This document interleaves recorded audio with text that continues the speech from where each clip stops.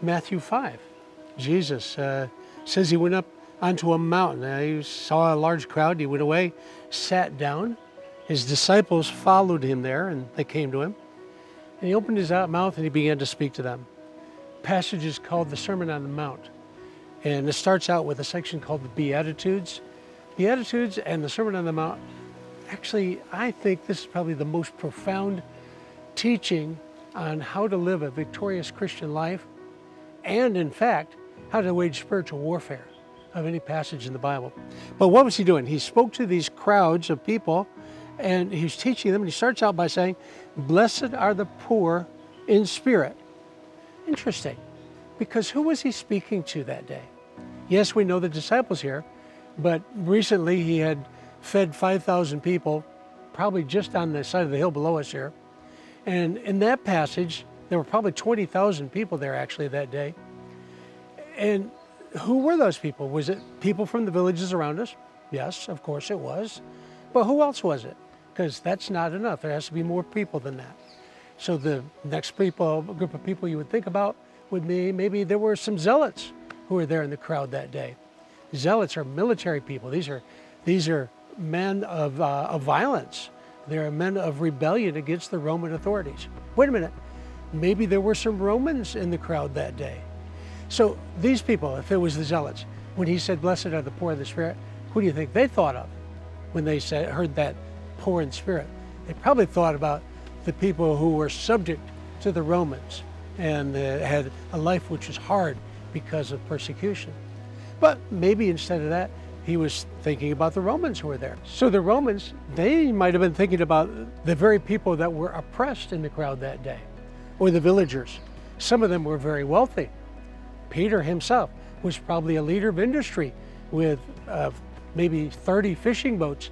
He was not a poor man. In fact, he was probably one of the wealthiest people in the group that day. But maybe they were thinking about the guys that worked for him, or the people whose job was to clean the fish after he caught them. We don't know. But what we do know is that there was somebody they were identifying with. I think he might have been thinking about the zealots and thinking about, well, for them, the poor in spirit were the people who did not have a true faith, a strong faith in the Almighty God. And then the next passage, "Blessed are those who mourn." Wait a second. Let's think about those zealots again. They were fighting. They were violent men. And some of their number were killed by the Romans. They lost people. And so maybe they were thinking about, we're mourning. And he might have said, you guys that are mourning, you will be comforted. And the comfort is here. I am the comforter. Blessed are the gentle. Interesting. Interesting. Gentle. Who in that crowd was gentle? The Roman soldiers there? Nah, they were a vicious bunch. But some of them were believers. Some of them followed him. Maybe he was talking to those guys that lived a lifestyle of military conquest, and now they've become believers, and they want to live a life that's righteous. Could it be he was speaking to them? Well, how do I apply that to me?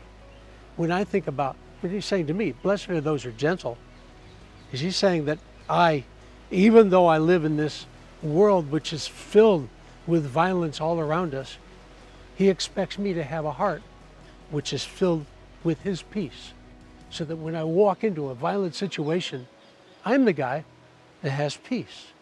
And I think that's true.